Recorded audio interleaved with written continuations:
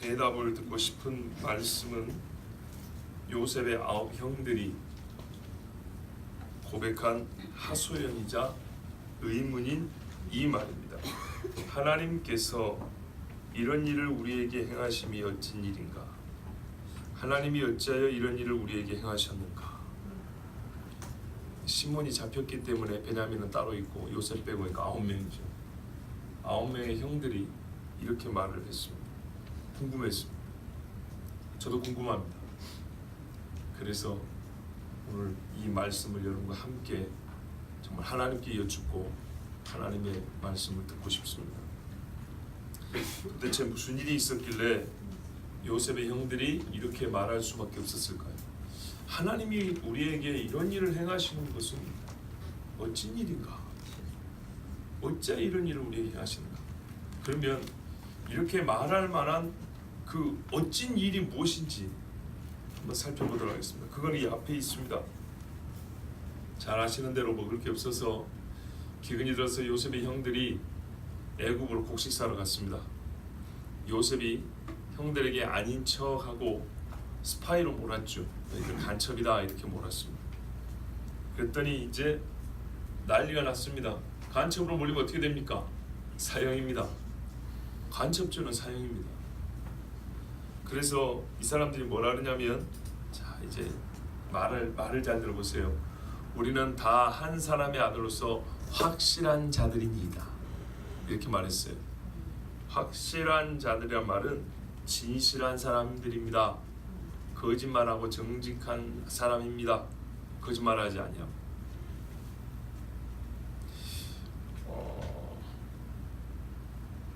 맞습니까?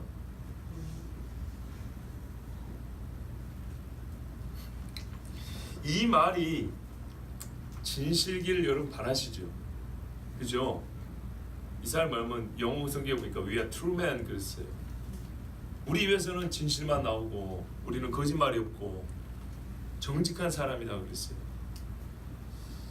요셉은 이 말이 진짜인지 가짜인지 알까요 모를까요? 알죠.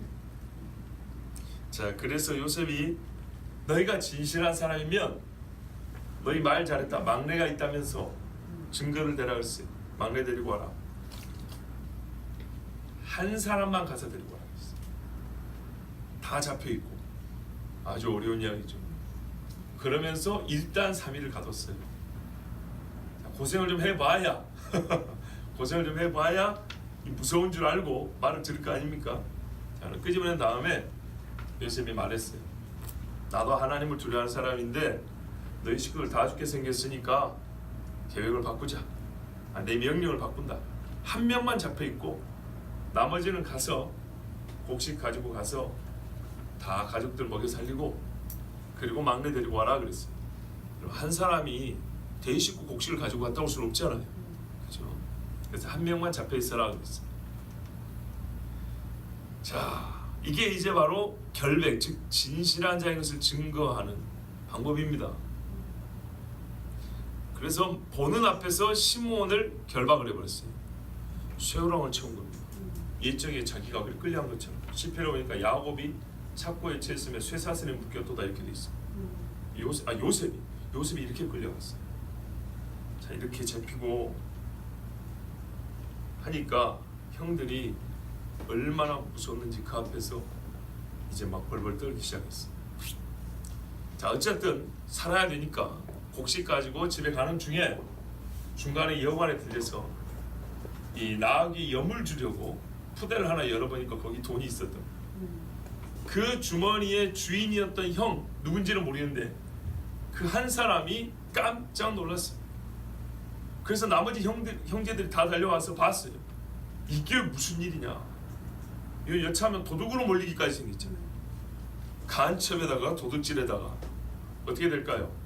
전부 다 목이 달아나게 생겼죠. 그래서 한 말이 바로 28절입니다. 하나님이 어찌하여 이런 일을 우리에게 하셨는가? 도대체 우리를 죽일 작정이신가? 이런 말이죠. 살면서 이런 일은 처음 겪어보고 뭐 하나하나 하는 것마다 꼬이고 안 되고 두려운 일, 곧 죽게 생길 죽을 이유밖에 나오지 않는 일들이 계속 연거푸 생긴 거죠. 그래서 이 고통스러운 질문을 하나님께 드렸어요. 자, 여러분은 여기에 뭐라고 대답해 주시겠습니까? 그런데요, 이 질문에 대답을 주기 전에 과연 이 질문이 옳은가부터 생각해 봐야 됩니다. 하나님께서 요셉의 형들에게 행하는 일이 아닌데 그들이 자기들의 괴로움을 하나님 탓으로 돌리는 것일 수도 있잖아요. 물론 어투를 보면 탓을 돌린다기보다는 섭리를 묻고 있는 것처럼 보입니다. 그렇죠? 그냥 원망하는 게 아니고 뭔가 하나님의 손이 움직이는 것을 감지는 했어요. 그래서 탓으로 묻는 것이 아니라 무슨 뜻인가 하고 섭리를 묻는 그런 질문입니다. 자, 그래서 오늘 우리가 이 질문을 통해서 듣고자 하는 생각해봐야 될 질문이 우리 스스로 해야 되고 풀어야 될 질문이 두 가지입니다. 형들이 하나님을 향해서 묻는 이 질문이 합당한가? 옳은가? 다시 말하면 여기에 하나님의 섭리가 있는가? 그 섭리의 답의 뜻은 무엇일까? 두 번째가 바로 이겁니다.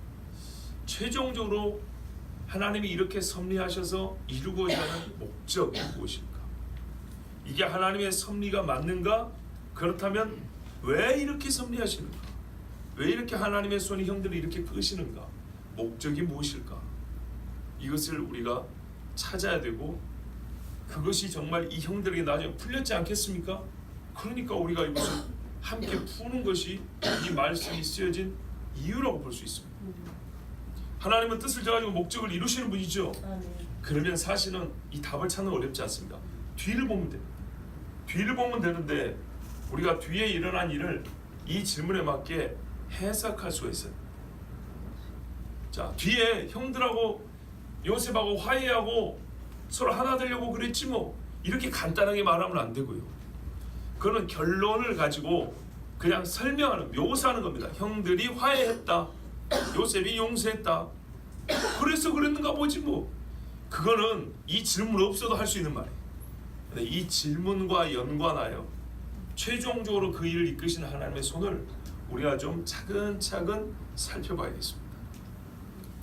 자, 여러분은 나중에 이 질문에 대한 대답을 다 듣고 나온 다음에는 약간 싱겁다고 느낄 수 있을 수 있어요. 그렇지만 여러분, 듣는 우리는 싱겁다고 느낄지 모르지만 이 일을 당한 형제들은 절대 싱겁지 않습니다. 목숨을 건 일이었고 이것이 실제로 하나님이 우리 인생을 섭리하시는 방식입니다. 아멘. 그걸 잘 보시기 바랍니다. 자, 하나님은 이 형제들이 이렇게 질문을 하게 하실 때, 즉 그들이 섭리로 보고 있으니까 꿈에 나타나셔서 한 것도 아니고 직접적으로 귀를 열고 말씀하신 것도 아니고 요셉을 통하여 일하셨습니다. 그래서 요셉의 말과 행동을 탐색적으로 찾아봐야 됩니다.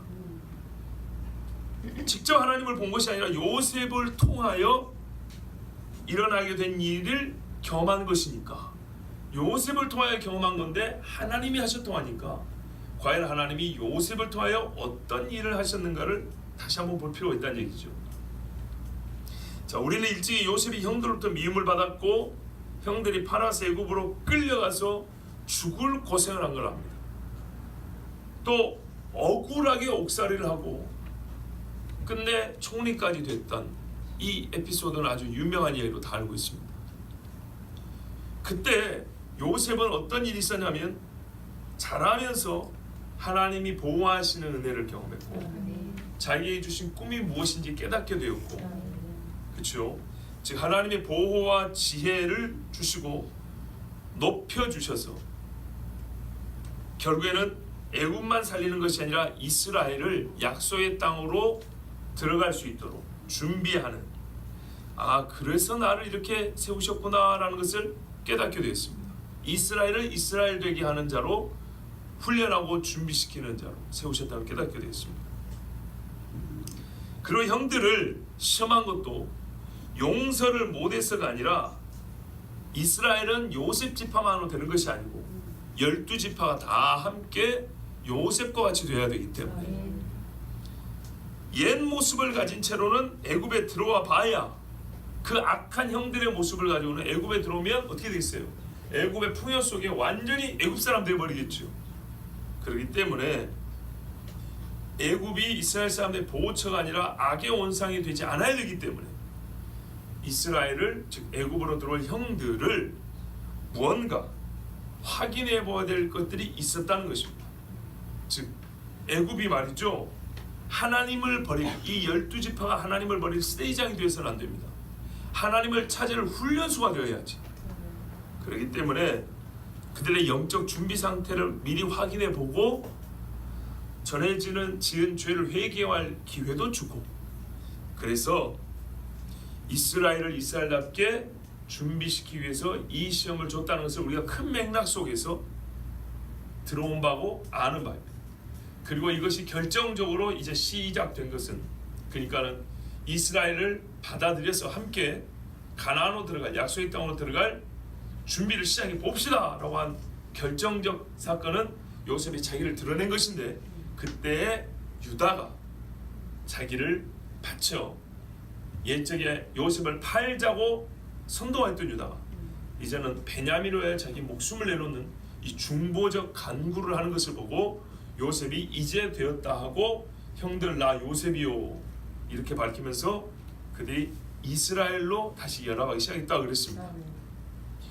자, 그런데 이 귀한 일을 이루는 방법으로 요셉이 먼저 택한 방법, 그러니까 하나님이 사용하신 섭리의 방법은 뭐냐면, 형들이 이렇게 한탄하고 가슴을 칠 만한 일을 꾸민 겁니다.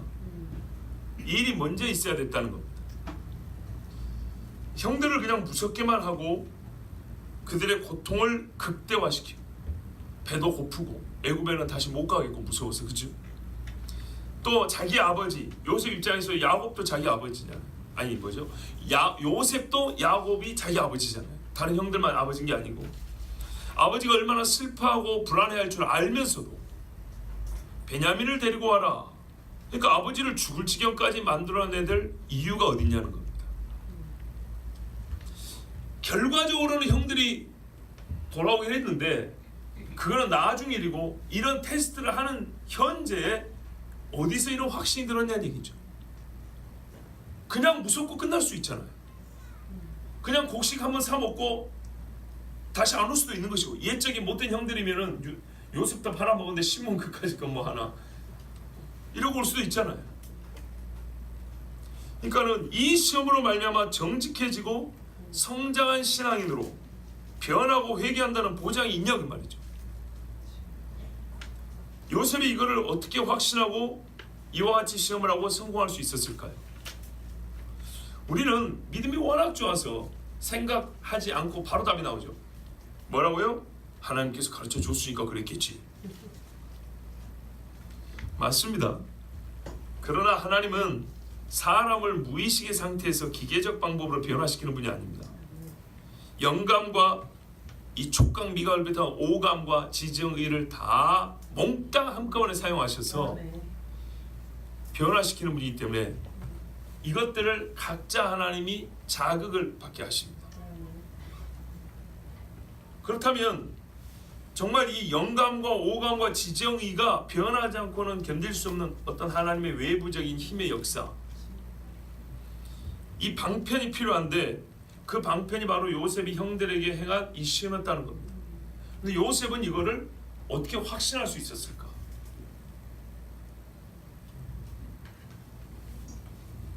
이게 답이 되어야 하나님의 섭리라는 게 맞아떨어집니다. 보세요. 요셉도 확신하지 못하는데 어떻게 형들이 이걸 하나님의 섭리라고 말할 수 있겠어요? 그렇죠. 요셉이 이걸 하나님의 섭리로 알고 그것을 형들도 감지할 수 있는 뭔가 표를 주었다는 겁니다. 그래서 형들도 하나님이 왜 우리에게 이런 일을 하시는가 이렇게 말할 수 있었습니다. 자, 다시 말하면 형들이 자기들이 당한 어려움과 겪고 있는 이 고통을, 왜 하나님이 왜 이렇게 하셨냐고 물어보는 이 고통을 하나님의 섭리로 보는 이유, 흔히 하는 말로 재수가 없어서가 아니라 진짜로 하나님의 섭리로 하나님의 손이 주관하고 있음을 감지하였어. 그 이유를 하나님께 묻는 것이 정당한 그 근거는 요셉에게 있습니다. 요셉이 먼저 자기가 하나님이 형들을 테스트하고 그 믿음을 확인하는 섭리의 방편으로 자기를 쓰는 것을 알았기 때문에 그랬죠. 이랬기 때문에 형들도 그것을 감지할 수 있었습니다. 요셉이 물건이 아니고 사람이기 때문에 하나님이 요셉을 통하여 형들에게 이렇게 하기 때문에 요셉에게 그가 나타나야 됩니다. 자, 18절을 보시면 답이 있습니다. 사흘 만에 요셉이 그들에게 이르되 나는 하나님을 경외하노니 너희는 이같이 하여 생명을 보존하라. 완전 이스라엘스러운 말투입니다. 이거는 애굽 사람이 이런 말 못합니다. 꼭 자기 아버지 야곱과 같은 말투입니다. 요셉은 자기가 하는 말과 행동 이게 잔인한 것이 아니고 순전히 정치인으로서 행하는 그런 게 아니고 자기의 이 행하는 모든 일, 너희를 의심하고 가두고 동생대로 하는 이 모든 것을 하나님을 두려워하기 때문에 내가 하는 것이다 이렇게 얘기를 했습니다. 경외하면 실제로 한자편으로 정말 무서워한다는 표현인데 받들어 섬기면서 무서워한다는 표현인데 우리는 오히려 이 말을 이 감이 떨어지게 받아들이더라고요. 오히려 순 한국말로 두려워한다, 무서워한다 이래야 그 뜻을 알아먹고 한자로 하면 오히려 더 감이 먼데 실제로는 경외한다는 말이 매우 이게 좀 짙은 표현입니다. 엎드려 두려워 떤다는 말이잖아요. 자, 형들이 이 말을 들었어요. 요셉은 형들이 이 말을 듣게 하였습니다. 표현을 다르게 합니다. 애굽의 총리가 하나님을 경외한다. 하나님 경외를 근거로 하나님을 경외하면서부터 나오는 생각과 행동으로 우리를 지금 이렇게 힘들게 하고 테스트를 한다. 그래서 그런지 형들은 이전하고 달리 즉각적으로 이렇게 원망하듯 서로에게 고백을 했습니다. 21절 22절 보면 그들이 서로 말하되 우리가 아우의 일로 말미암아 범죄하였도다. 그가 우리에게 애걸할 때 그 마음의 괴로움을 보고도 듣지 아니하였으므로. 자기들이 뭔 짓을 했는지 다 알죠. 근데 이전에는요 이런 말 생각도 안 했어요. 서로 간에 옛날에 자기 죄가 이게 막 기억이 나기 때문에 말을 안 했어요. 그런데 희한하죠. 지금 벌써 3일을 갇혔고요. 그 전에 스파이로 의심받을 때 이 말 할 수 있었는데 그잖아요. 그런데 왜 지금 이 말을 하니까 총리가 하나님 경외한다 소리가 나오니까 이들의 입에서도 단순히 재수가 없다거나 그냥 무섭다거나 어찌할까 인간적인 고민만 하는 것이 아니고 대번에 예적인 죄가 떠올랐어요. 하나님 하니까 하나님이 나온 거예요. 이 괴로움이 우리에게 임하도다. 르우벤이 그들에게 대답하여 이르되 내가 너희에게 그 아이에 대하여 죄를 짓지 말라고 하지 아니하였더냐. 그래도 너희가 듣지 아니하였느니라. 물론 핑계를 형제들에 대해 이게 전가하는 르우벤의 이 못남이 있긴 하지만 말은 맞아요. 이 끝부분 보세요. 그러므로 그의 핏값을 치르게 되었도다. 요셉이 나는 하나님을 경외한다는 말을 하지 않았습니다. 형들은 이렇게 고백 못합니다. 이게 우습다고 생각하십니까? 여러분 이 현장을 한번 생각해 보세요. 어떤 상황인가? 여참 목이다라는 상황입니다. 모든 것을 정치적으로 경제적으로 생각할 수 있습니다. 저 사람이 우리를 잡아서 무슨 이익이 있지? 고작 곡식사로 우리를 왜 스파이로 보고 있지? 가나안과 애굽 사이에 무슨 이금 정치적인 마찰이 있지? 이런 생각할 수 있지만 혹시 우리 민족에게 히브리 사람 옛날에 우리 할아버지가 애굽에 와가지고 누굽니까? 아브라함이 애굽에 와가지고 바로를 엿보이고 그 집 재산을 좀 이렇게 가져간 것 때문에 그 때문에 이게 지금 열받아서 그런가? 별의별 생각 다 할 수 있는데요. 그 모든 잡다한 생각을 일소하고 하나님 앞에 지은 죄를 생각하게 된 것은 요셉의 한마디 때문입니다. 뭐라 그래요? 나는 하나님을 경외하노니. 보세요. 나는 하나님을 경외하노니 너희는 이같이 하여 생명을 보존하라. 이같이가 어디서 나왔어요? 하나님을 경외하면서 나왔다고. 내가 하나님을 경외하니까 너희에게 이같이 명령을 내린다. 한 놈 남아있고 나머지는 곡식가고 가. 동생 데리고 와. 그리고 뭐예요? 스파이 아니고 진실한 자인 것을 확증을 해봐. 이렇게 얘기한 거예요. 이런 생각이 어디서 나왔다고요? 하나님을 경외하면서. 그런데 이 일이 형제들에게는 일생일대의 위기고 제일 위험한 순간이었어요. 그런데 우리에게는 제일 어렵고 곤란한 이 사건을 이 인간은 하나님을 경외하면서 만들었대. 그러니까 이들은 뭘 고민하게 됐어요? 하나님? 애굽의 총리가 하나님을 말한다는 것은 정말 예사로 될 이야기가 아닌데, 그러니까 하나님이 왜 우리에게 이런 일을 하자고 의심 없이 받아들였어요. 하나님이 우리에게 일을 하고 있다는 것을 의심 없이 받아들였어요. 자, 그러면 이제 하나님의 섭리로 보는 것이 옳은데요. 그럼 하나님이 이렇게 섭리하신 이유, 목적이 뭘까요? 요셉은 어떤 하나님의 뜻을 알고 이와 같은 시험을 한 것일까요? 하나님의 뜻은 그 뜻을 반드시 성취하고야 말므로 이 물음에 대한 대답, 하나님의 목적이 무엇인가는 형들의 이후 행동을 보면 답을 찾을 수 있습니다. 그러나 아까 말씀드린 대로 너무 쉽게 형들을 변화시키려고 이런 그 속 없는 대답을 하시면 안 돼요. 좀 속이 찬 대답을 해야 되겠죠. 그래서 우리가 말씀을 찾아봐야 됩니다. 자, 이 말을 한 후에 형들이 28절에 이렇게 무서운 질문을 한 이후에 이 사람들에게 일어난 일들을 좀 살펴볼까요? 다 읽으면 좋지만 좀 길어서요. 미리 읽어본 제가 정리를 해서 말씀드리겠습니다. 한마디로 하면 형들이 변했습니다. 바로 이 변화를 목적으로 하여 하신 말씀인데, 내린 명령인데, 무엇이 변했는가 하면 크게 세 가지인데요.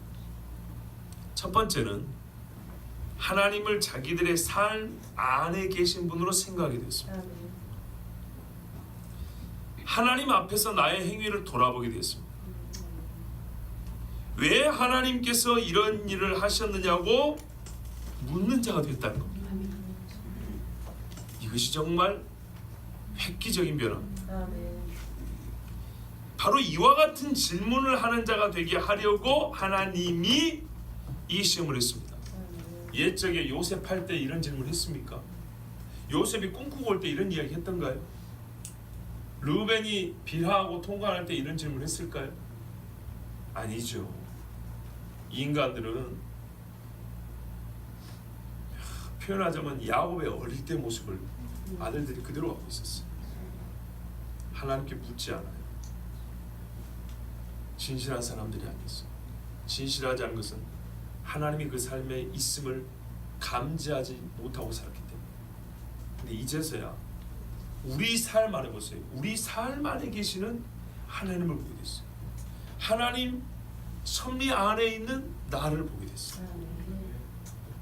전에는 수많은 범죄를 저질렀던 사람들입니다. 간통하고 거짓말하고 형제를 팔고 살인 강도질했습니다. 세겜성에서 사람들, 남자들 다 죽이고 도둑질하고 그 성의 사람들을 다 끌고 와서 자기 종도로 삼았던 사람들이 이들입니다. 정말 성경에서 왜 이런 인간들을 성경에 기록해놨을까 할 정도로 세상에 이런 이유가 없을 정도로 콩가루 집안입니다. 그러나 이제 요셉의 형제들은 나쁜 짓을 하지도 않았지만 두려움을 느끼게 됐습니다. 곡식 사러 가는 일에 있어서는 정당한 대가를 주고 갔습니다. 보세요. 이 사건에 있어서만큼은 정직해요. 악을 행하지 않았어요. 그런데도 두려움을 느끼게 됐어요. 왜 두렵냐면 여호와의 행하신 일로 알고 두려움을 느끼게 됐어요. 바로 이를 위하여 하나님께서는 그들에게 이와 같은 일을 하신 겁니다. 이 일로부터 요셉의 형들은 두려움을 아는 자들이 되었습니다. 이것이 두 번째 이유입니다. 하나님을 두려워함이 지혜와 지식의 근본이라 성경에 말씀했습니다. 근본이라면 첫걸음입니다.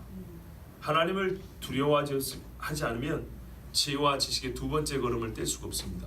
이게 첫걸음이니까. 하나님을 두려워하지 않으면 사람을 살리는 지식을 가질 수가 없습니다. 요셉이 어떻게 해서 이 많은 사람을 살리게 되었습니까? 그가 보디발의 아내가 끌어당길 때 나는 하나님 앞에서 범죄할 수 없다라고 했습니다. 나는 하나님을 경외하는 자라, 두려워하는 자라 했습니다. 형들은 이 말을 들었고 그들은 애굽의 총리가 하는 일을 통하여 하나님을 두려워해야 한다는 것을 깨닫게 되었습니다. 그들은 이 사건에서의 떳떳함을 주장하고 싶었지만, 그러니까 우리가 정직하다고 주장하고 싶었지만, 요셉의 고백을 듣자 마치 베드로가 예수님을 부인하고서도 자기가 무슨 짓을 저지른지도 알지 못하고 여전히 따뜻하게 붙잡고 있다가 주님의 얼굴이 마주치자, 눈이 마주치자, 아, 주님이 나보고 닭 3번 울기 전에 네가 나를 3번 부인한다 그랬지, 닭 2번 울기 전에 네가 나를 3번 부인한다 그랬지, 이 말씀이 생각나서 밖에 나서 심히 통과한 것처럼 주님과 눈이 마주쳐야 이 말씀이 생각나 자기 죄를 깨닫고 통과한 것처럼 이 형제들은 요셉의 이 무서운 명령이 있기 전까지는 자기들이 엄청난 죄를 저질러 놓고도 무슨 죄를 저지른지 깨닫지를 못하고 자각하지 못하고 살았습니다. 두려워할 이유를 갖지 못하고 살았어요. 근데 요셉이 나는 하나님을 경외하는 자라 하는 순간 죄가 떠올랐어요. 아멘. 가장 악한 죄, 형제를 팔아버린 죄가 떠올랐어요. 여러분, 이스라엘의 가장 악한 죄, 가룟 유다의 가장 악한 죄가 뭡니까? 예, 자기 벗이요 형제요 주님인 예수님을 팔아버린 죄. 그것이 깨달아질 때 이스라엘의 구원이 있습니다. 아멘. 여러분, 요셉은 예수님의 모형 아닙니까? 아멘. 이 이스라엘은 곧 이스라엘입니다. 이들이 자기들의 죄가, 형제를 팔아버린 죄가 그 핏값이라고 표현하잖아요. 요셉을 그 자리에서 죽인 것 아닙니다. 그런데 루벤은 아주 예언적인 표현을 썼습니다. 핏값이라고. 이스라엘이 뭐라 했어요? 예수의 핏값을 우리와 우리 자손에게 돌리소서. 이런 멍청한 말을 했지 않습니까? 안타깝게도. 근데 그건 사실입니다. 이들은 모형이었기 때문에 그 핏값을 자기들의 피로 치르지는 않았어요. 하나님이 크게 용서해 주셨습니다. 그러나 이스라엘의 역사는 그 핏값을 톡톡히 치른 것을 우리가 알 수 있습니다. 자, 이래서 이스라엘 사람들, 곧 요셉의 형들은 하나님을 두려워해야 된다는 것을 깨달았습니다. 아멘. 마지막으로 그래서 그들은 진실한 자가 되었습니다. 아멘. True man. 진짜 백이, 정직한 사람. 이 세상에 이스라엘이 원래 이 진짜 트루맨이거든요. 예수 믿는 자가 진실한 사람들이거든요. 아멘. 근데 이 사람들은 아버지 이름을 따서 이스라엘로 불리긴 했지만 참 이스라엘이 아니었어요. 근데 이 사건으로 말미암아 진실한 사람, 곧 이스라엘이 되었습니다. 우리는 진실한 사람이다. 트루맨이 그들의 그냥 말이 아니라 그들의 실체가 되어갔습니다.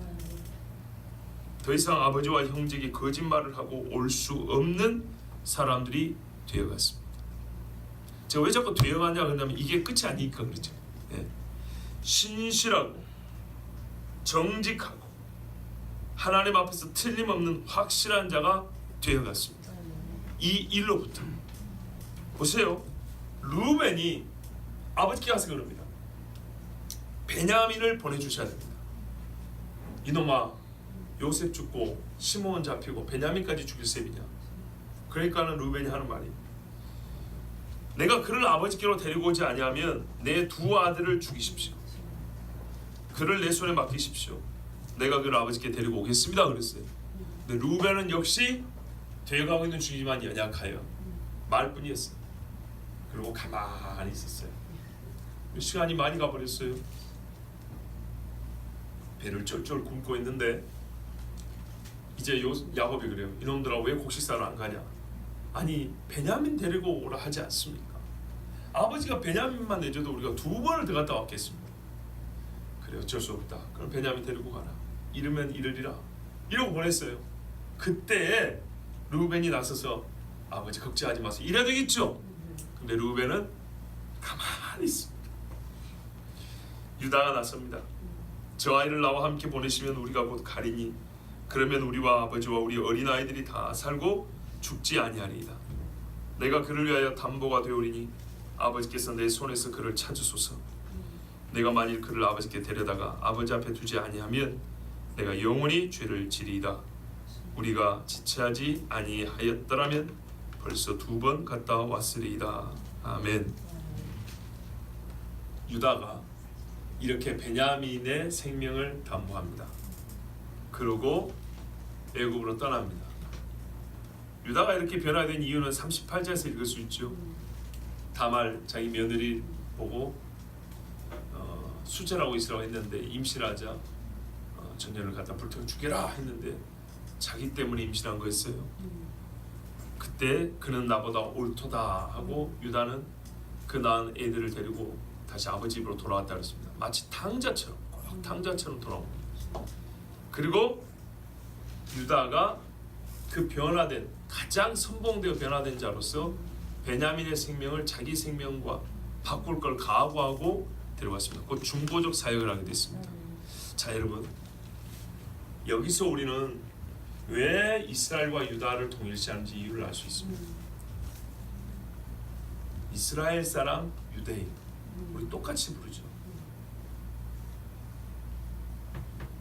이스라엘 사람 예수라고 부르지 않습니다. 예수님이 이스라엘 사람이고 유다가 이스라엘 사람인데, 희한하게 우리는 이스라엘 사람을 부르는 다른 말로 유대인이라고 부릅니다. 유다 지파만 남았다고 보시면 안 됩니다. 유다 지파가 남게 된 이유도 바로 여기에 있습니다. 이게 놀라운 일입니다. 그러니까 무슨 말이냐면 요셉은 유다 같은 이스라엘을 보고 싶은 거예요.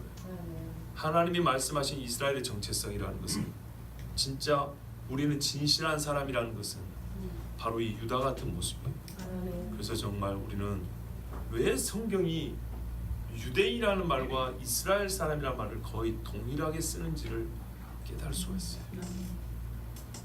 이게 참 이스라엘, we are true men. 우리가 진실한 사람이라는 것은 바로 이런 모습입니다. 이 형제의 생명을 내 생명으로 대신하리이다. 바로 이 언약 백성 중에 이 지파의 후손으로 진짜 이스라엘 사람 예수님을 오셨습니다. 예, 하나님은요 참 이스라엘 되게 하시려고 이런 일을 계획하신 것입니다. 참 이스라엘 되게 하신데 하나님께서 쓰신 방법은 하나님께서 하신 일을 알리면서 동시에 이들을 두렵게 만드는 것이었습니다. 싱거운가요? 하나님을 두려워하라고 명하시는 것이었습니다. 하나님을 두려워하지 못했던 사람이었기 때문에 이스라엘이 이스라엘 되지 못했습니다. 그런데 하나님을 두려워함으로 인해서 we are true men, 우리는, 나가 아니라 우리는 진실한 사람, 진짜 이스라엘이 되었습니다. 근데 그거를 촉발하는 사건이 뭐냐면 요셉이 이들을 이렇게 시험한 것인데, 그 시험의 의미를 또한 깨우쳐준 말이 뭐냐면 나는 하나님을 두려워하는 자라 했어요. 바로 여기셨어요. 보세요. 두려워하면서 시작되는 이야기가, 사건이 두려워함으로 끝나지 않는다면 이거 이상하지 않습니까? 요셉이 뭘 두려워할 일이 있습니까? 근데 보세요. 천하의 애굽의 총리가 하나님을 두려워한답니다. 하나님을 두려워해서 형제들을 시험을 했습니다. 형제들이 요셉 같은 모습으로 변화되어야 되겠죠. 그렇죠. 이렇게 같은 레벨을 써야 될 거 아닙니까? 그것은 뭡니까? 하나님을 두려워하면, 하나님을 두려워하면 저 앞에 있는 총리 요셉과 같이 그렇게 서 있을 수 있습니다. 총리 된다는 뜻이 아니고 저와 같은 사람이 될 수 있는 겁니다. 근데 이 백성은 하나님을 두려움이 없었어요. 하나님을 두려움이 없으니까 진실한 사람이 되지 못했어요. 하나님을 두려워하니까 진실한 사람으로서 있어서 진실을 확인하고 싶었어요. 그러면 너희가 뭘 해야 된다고요? 지금 이 말도 거짓말이죠. 트루맨의 말은 거짓말하고요. 정말 트루맨 되려면 뭐가 된다고요? 하나님을 두려움이 있어야 돼요. 그래서 요셉은 하나님을 두려워한다는 얘기를 듣게 해준 거예요. 이들이 그러므로 하나님은 이런 두려움으로 취해서 죄 때문에 두려워한 거죠. 죄를 생각나게 하고, 그리고 자기들이 지은 죄를 말하면 회개하는 증표, 회개 열매를 갖고 왔어요. 유다가 이 회개 열매를 갖고 왔어요. 이스라엘의 대표로서 모든 형제가 동일한 수준은 아니었어요. 근데 유다가 이스라엘 다움을 보여줬어요. 유다와 이스라엘을 동일시하는 이유가 여기 있다 그랬죠. 그랬을 때 이 회개의 열매를 보고 요셉은 그들을 완전히 받아들였어요. 그리고 이스라엘은 진짜 이스라엘 되기 시작했어요. 여호와를 경외하는 자들로 출애굽할 준비를 이제 시작이 된 겁니다. 왜 이런 일을 하나님이 하시는가? 나를 두려워하라입니다. 물음에 이미 답이 들어있지 않습니까? 다시 한번 볼까요? 사건의 현장으로 들어가 볼까요? 그가 그 형제에게 말하되 내 돈을 도로 넣었도다. 보라 자루 속에 있도다. 이에 그들이 혼이 나서 떨며, 혼이 나서 떨지 않았으면 이 일은 일어나지 않습니다. 그냥 속았다, 그냥 억울하다, 이 정도로 일이 되는 것이 아닙니다. 그런데 혼이 나고 떨었는데 하나님과 연관을 짓지 못한다. 그러면 인간적인 방법으로 풀어가려고 애를 썼겠죠. 뇌물을 뭐 더 갖다 준다든지 뭐 또 거짓말을 하려 한다든지 그러죠. 그런데 요셉이 나는 하나님을 두려워하는 자라 했으니 희한하죠. 이런 말은 이 머릿속에서 뇌에서 빠져나가지 않아요. 딱 박혀요. 지혜자의 교훈은 잘 박힌 목과 같다 그랬어요. 안 빠져요. 요셉을 통해 주신 하나님이라는 이 한마디가 빠지지 않아요. 그래서 하나님이 어찌하여 대번에 자기가 겪고 있는 일을 하나님의 섭리로서 의문을 가지게 됐어요. 이래서 그리스도인은 살게 되는 것입니다. 오늘 말씀을 마치면서 시편 33편 8절에서 20절 말씀 한번 읽어드리겠습니다. 마치 오늘 말씀을 읽고 깨달은 자들에게 주시는 마지막 다짐과 같은 교훈이 또 명령이 시편 33편에 있습니다. 이미 마음이 내려앉고 두려워하면서 하나님께서 어떻게 우리에게 이런 일을 행하셨는가, 이런 일을 우리에게 행하심이 어찌 일인가 묻는 자에게 주시는 마지막, 못이 잘 박혀내 마지막 한 번 더 망칠 때는 같은 그런 말씀입니다. 이 말씀 읽고 마칩니다. 온 땅은 여호와를 두려워하며 세상의 모든 거민들은 그를 경외할지어다. 그가 말씀하심에 이루어졌으며 명령하심에 견고히 섰도다. 여호와께서 나라들의 계획을 폐하시며 민족들의 사상을 무효하게 하시도다. 여호와의 계획은 영원히 서고 그의 생각은 대대에 이르리로다. 여호와를 자기 하나님으로 삼은 나라 곧 하나님의 기업으로 선택된 백성은 복이 있도다. 여호와께서 하늘에서 굽어보사 모든 인생을 살피시며 곧 그가 거하시는 곳에서 세상의 모든 거민들을 굽어 살피시는도다. 그는 그들 모두의 마음을 지으시며 그들이 하는 일을 굽어 살피시는 이로다. 많은 군대로 구원 얻은 왕이 없으며 용사가 힘이 세어도 스스로 구원하지 못하는도다. 구원하는데 군마는 헛되며 군대가 많다 해도 능히 구하지 못하는도다. 여호와는 그를 경외하는 자 곧 그의 인자하심을 바라는 자를 살피사 그들의 영혼을 사망에서 건지십니다. 그들이 굶주릴 때 그들을 살리시는도다. 우리 영혼이 여호와를 바라며 그는 우리의 도움과 방패시로다. 아멘. 아멘. 마치 이 사건을 우리에게 노래로 가르쳐 준 것 같습니다. 고스란히 이 시에 다 들어있지 않습니까? 여호와를 경외하십시오. 여호와를 경외하는 백성에게 복이 있고 하나님의 구원의 손길이 있습니다. 기도하겠습니다. 하나님 감사합니다.